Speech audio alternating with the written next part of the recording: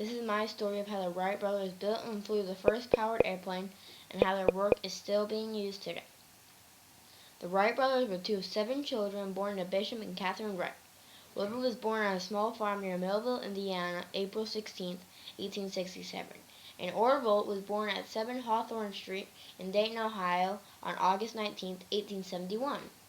Their dad worked as a church pastor and traveled a lot, which is why they were born in separate states. Orville and Wilbur's father were strict, but always encouraged them to learn and explore. Both brothers received high school educations, but did not get diplomas. Wilbur could not finish school because his family moved to a new state, and Orville dropped out after his junior year to start a printing business in 1889 and help a sick mother who later died of typhoid fever. The brothers worked hard and actually designed and built their own printing press. Bicycles became very popular, so they opened their own bicycle repair and sales shop in 1892 called the Wright Cycle Exchange.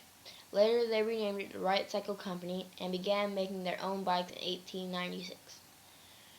The Wright brothers got interested in flight in the early 1890s when they saw magazine articles and probably photographs of the glider flights by Otto Lilienthal in Germany.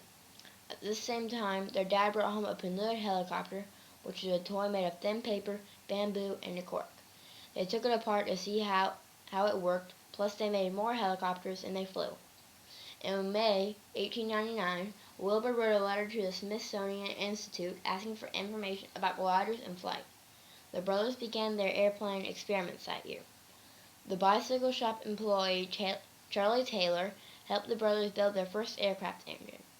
Many other pilots were trying to make gliders, and most were being killed because they couldn't control them. So the brothers worked hard to figure out how to make their gliders turn. Wilbur spent a lot of time watching the birds, and he figured out that the birds tilted the angle of the ends of their wings to turn. The brothers decided this would also be good for a flying machine to turn. The brothers would bank or lean into the turn just like a bird and just like a person riding a bicycle, which they were familiar with. They tried over and over to figure out how to make their gliders turn, and then Wilbur discovered wing warping, or the bending of the wings, when he twisted a long inner tube box at the bicycle shop. In July 1899, Wilbur put wing warping into the test by building and flying a 5-foot box kite. In 1900, the brothers went to Kitty Hawk, North Carolina, to try to fly their experiments. They picked Kitty Hawk because of good winds, a soft landing surface, and a nice hill. At Kitty Hawk, the first tests were done on October 3, 1900. Wilbur was on the glider while it was flown like a kite, not far above the ground, with men below holding onto the ropes. Later, Wilbur made about 12 glides with no tether ropes on a single day. In 1901, the brothers made a much bigger plane and made 50 to 100 flights with great distances of about 20 to 400 feet. In 1902, the brothers made a wind tunnel to test new wing designs in ships. They tested over 200 different wings using their test results and made a new airplane called the 1902. This new glider proved that the brothers that they had figured out how to fully control their plane. Now they were ready for the motor.